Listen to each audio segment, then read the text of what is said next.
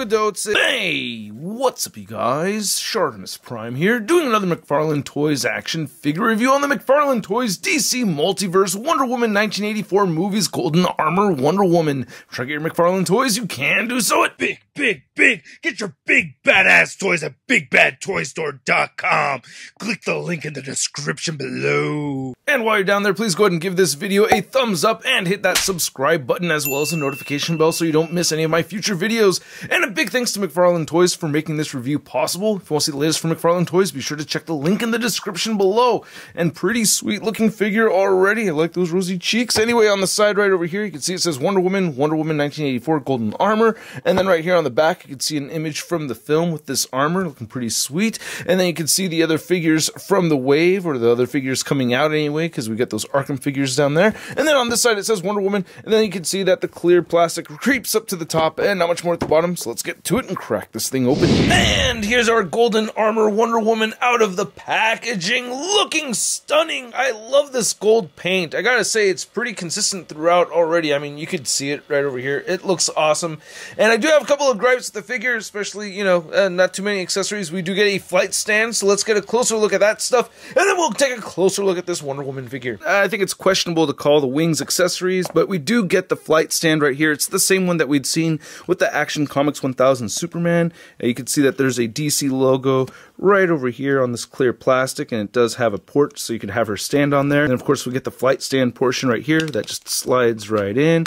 And you can see that you can move this part up and down, and you can clamp this around the figure. I do think it's a little on the thick side. I wish this plastic right here was just a little bit thinner. It's a little clunky when you put it on the figure itself. And then we also get the trading card right over here. Not looking too bad. Nice image of the Golden Armor Wonder Woman. Then on the back right here, you can see the data file. If you want to read it, go ahead and pause it right now. And then here's a close look at the wings, which look fantastic. I just absolutely love these things, man. Such nice bright gold paint right here.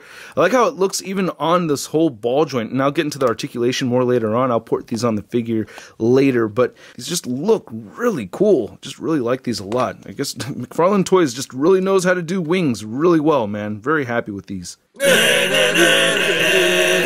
So I do think it's awesome that we are getting a Gold Armor Wonder Woman for this Wonder Woman 1984 movie. Can't wait to watch this movie, by the way. But yeah, this looks pretty cool, and I love that they've gotten this from the comics over here, which I think is actually a cooler design. But I still like this design a lot right over here. Not looking too bad at all.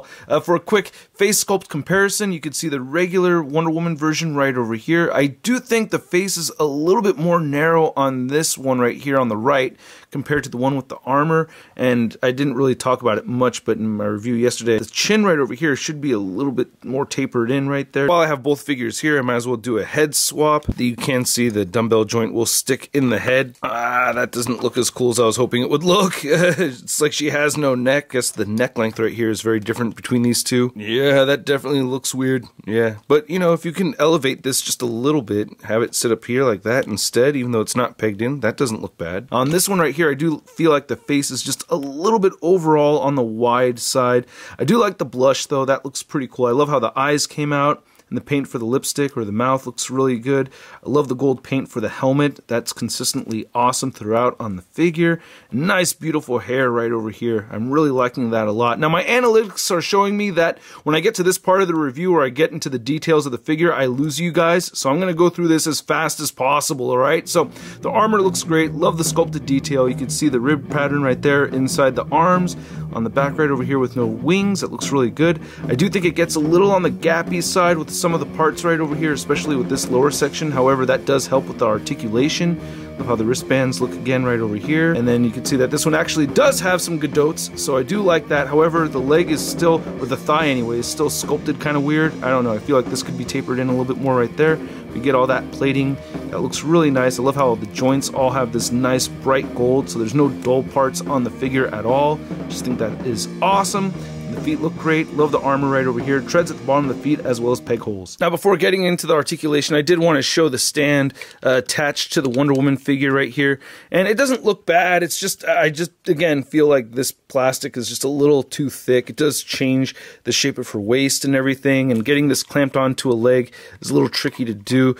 Getting the legs kind of close together in a cool flying pose, I feel like it gets in the way right over there. So not a bad stand, just not my favorite. And then to port the wings on here, it's very easy to do. Just ports on like that, and then ports on like that, and that looks pretty awesome. Really dig that quite a bit. And then to thoroughly go over the articulation, you can turn the wings side to side, and they will bend in and out. I love that articulation. That's really cool.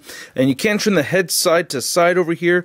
It will bend upwards just a little bit. Again, I wish the figures could look up more than that, especially with a flying character, but we do get good torso articulation.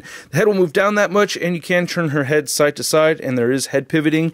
We do have butterfly joints that will shift forward and back, and they will shift up and down. The shoulder joints move all the way outward, and these shoulder pads right here are very soft and feel very durable too, so I really like these a lot. I mean, that's just really cool how well that does not hinder the articulation, so I love that. Anyway, you get a bicep swivel, great double jointed elbows that bend in all the way, and then you can turn the wrist side to side or horizontally or vertically depending on how you have that configured. Diaphragm joint turns side to side, good diaphragm pivot, crunches forward just that much, back a bit, and then we do get a waist joint that turns side to side, waist pivot, and then with the waist and ab crunch moving all the way forward, she can bend that much forward, and with both of those joints, she can bend all the way back. So you can get those cool flying poses if you want to. I guess that's a little bit exaggerated, but I still wish the head could look up more than that. Anyway, the hips move outward very far, and then you can get the legs kicking forward that much, back a little bit. The whole butt piece right over here is made out of a pretty soft material. A little bit more shifting right over here on the upper thigh. I would still like a more prominent thigh cut right there. Ooh, knocked over a wing. But we do get double jointed knees that only bend in that far. I wish we had more motion right over there.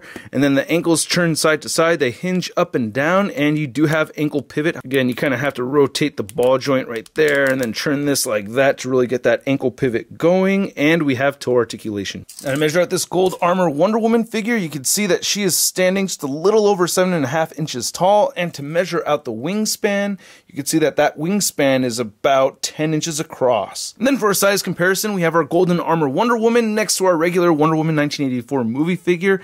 And these don't really scale properly. I would think if anything, this would be the taller one, but this one's just slightly taller. I mean, they both have similar boots on right over here, so they should be the same exact height, but they're not. And then to compare this golden armor Wonder Woman next to a Mattel Wonder Woman figure, here's the Themyscira Wonder Woman figure. I wanted to show this one next to a Wonder Woman that was not in the traditional costume or traditional suit anyway. And then comparing this golden armor Wonder Woman next to another winged DC Multiverse McFarlane Toys figure, we have the Hellbat suit right there. And I kind of wish this one had the articulation in the middle of the wing, kind of like how this one does. You know, having a fold-up feature with the wings would have been cool. And then here she is next to the Superman Unchained figure, again from McFarlane Toys. And no, these aren't in scale together at all whatsoever, but you know, this is from the DCEU and this is from the DC Comics. And then here's the golden armor Wonder Woman next to your average 6-inch scale figure. We have the Marvel Legends Big Time Badass Spider-Man. Whoa, that is a lot of gold. You make Tony Stark look like a broke bastard. Hey, you think you can let me have one of those wings so I can buy some overpriced toilet paper? Oh! Okay, no touching. Ugh.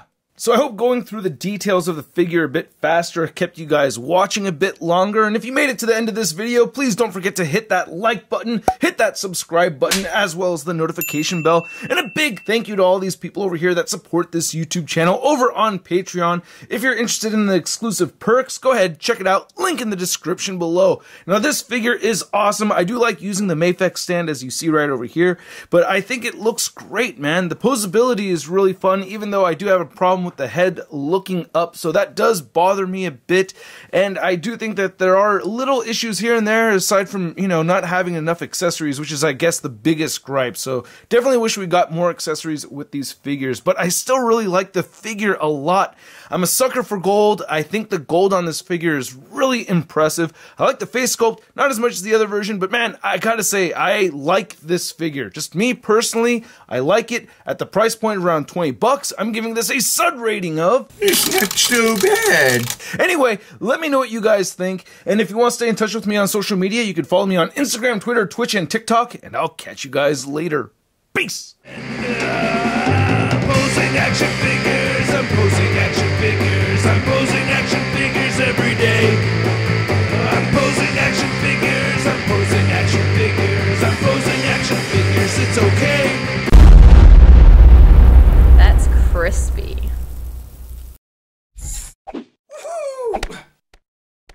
Hey, new ShartimusPrime videos. Hey, you should click one. Yeah, click on one of them. Or subscribe if you haven't.